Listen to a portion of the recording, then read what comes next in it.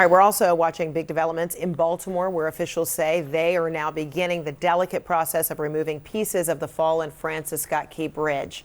The U.S. Coast Guard tells CNN the crew of the cargo ship Dali is still on board and holding up well. CNN's Gloria Pazmino toured the site with members of the U.S. Coast Guard earlier today. So what more have they told you about this ongoing investigation?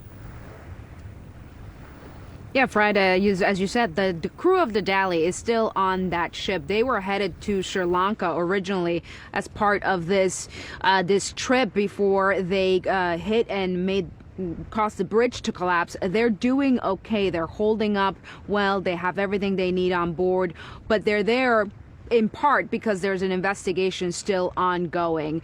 They have already started to remove pieces off the bridge. They have to go in there, cut the pieces up, lift them, and remove them out of the water and the surrounding area. All part of an extremely complicated operation that is taking place as we speak. We got very close to the wreck site earlier this morning. We went along with the U.S. Coast Guard, who really helped us just understand how much work is still ahead. This is a monumental task, Fred. When you go in there and you're able to see the Dali up close, all the containers that are still on top of it, and then all of the ships that have arrived and are now around the area so that they can be deployed to help with their cranes and all of their heavy equipment. Take a look and listen to just what it's like when you're up close.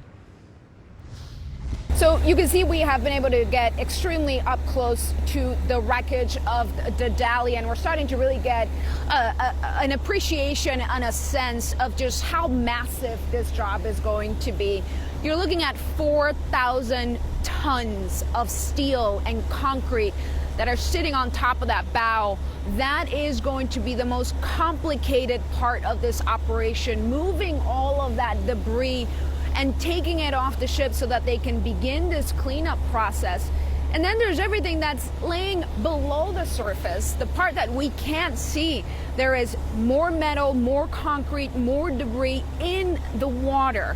And that's going to be critical because they have to be able to make that safe for the divers whose mission it is to get back into the water and continue searching to attempt to recover the bodies of those who were lost. But as we're sitting here, now finally being able to really see it and get up close to it, you really just get a sense of the enormity of the job at hand.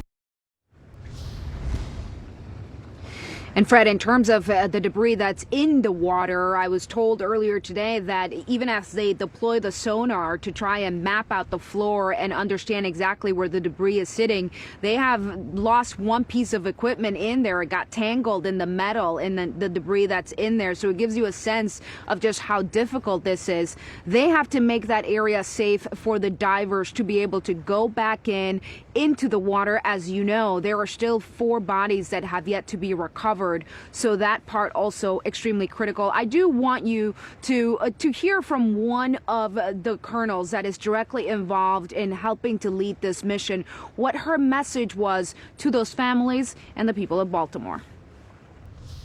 We are not just looking at how we're going to engineer this. We're scanning to make sure that if we identify any vehicles or any of the fallen, that we are able to react. Commitment to the people of Baltimore and the state of Maryland. That is a very integrated effort in the overall salvage operations that are taking place. So it's going to be a long road ahead, but they have the confidence that they have all the tools they need in order to make it happen.